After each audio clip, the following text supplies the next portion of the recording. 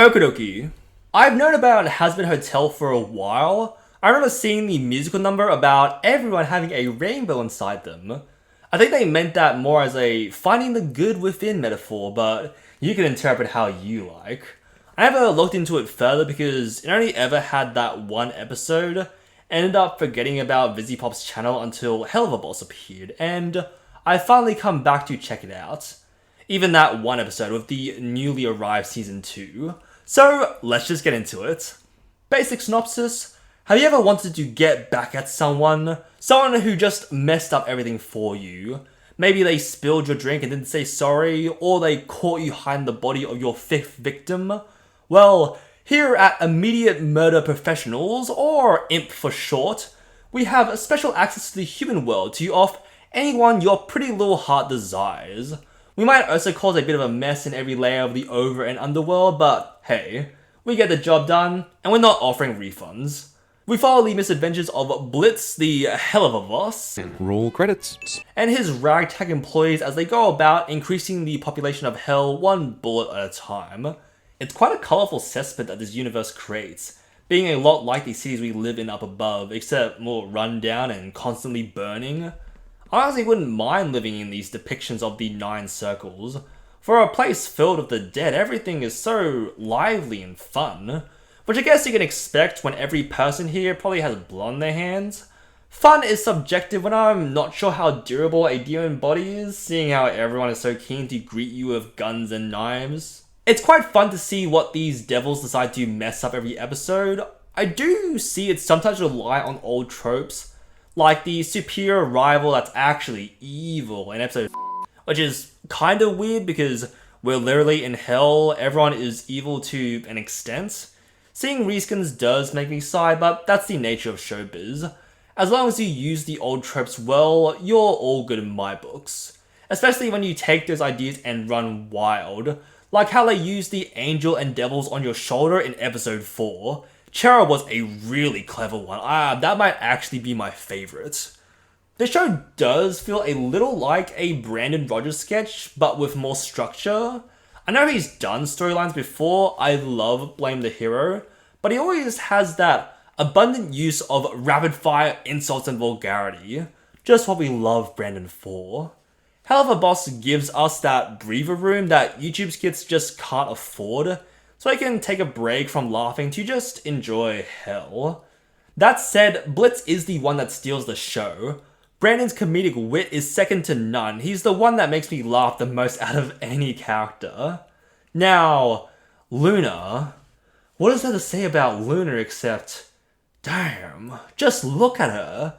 Vortex as well. I've only had him for one episode, but I just want more. You know the kind of freaks up there who drool all over you.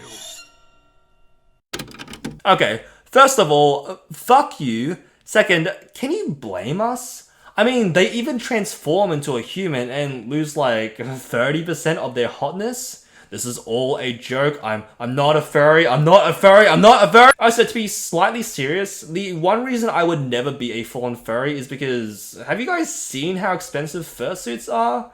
I respect the dedication to the craft, but fluff Kevlar is plenty for me, guys. The animation is pretty high quality. Everyone moves around with a slitter and a slide.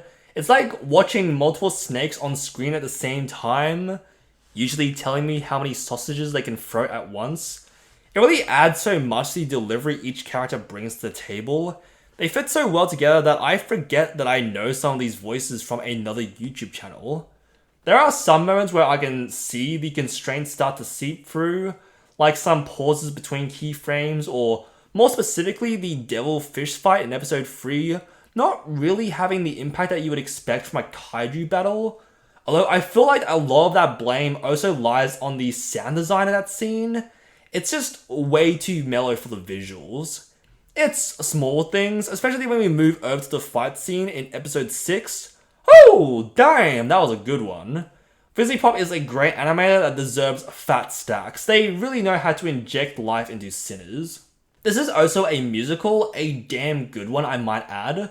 Stolas and Asmodeus have amazing vocals, everything is super catchy, and even the commercial jingle gets stuck in your head. Especially the commercial jingle.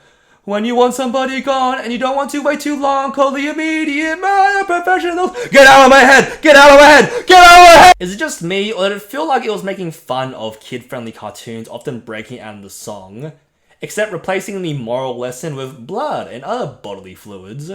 That might just be my own delusion. I haven't seen that many musicals, but I'll never say no to a bop like this. You may also notice some dips in the voice acting in the first few episodes. I noticed it the most in Lululand. Octavia I remember the most.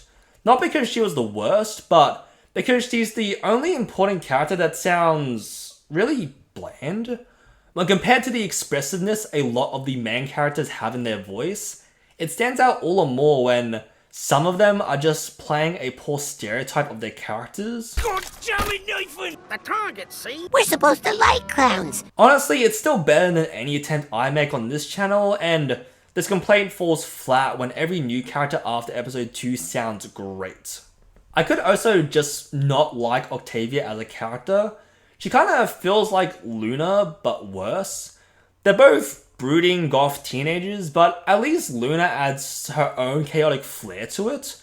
Octavia just feels way too ordinary when we put her next to her dad abusing the censor and her mum home wrecking her own home. It's weird. I feel like I should have connected with a character like Octavia more, because I also have parents that are not on friendly terms, but something about her just doesn't quite click with me. Now, to go into some mild spoiler territory with the first episode of Season 2, skip ahead if you wanna, but first of all, it seems we're getting a lot more exploration into Blitz and Stolas. Everyone loves Moxie and Millie. They're the most wholesome relationship I've seen in a while. Funny that demons are the ones that top that list. But Blitz and Stolas is where the story is at. Friends with benefits, or maybe just benefits for now.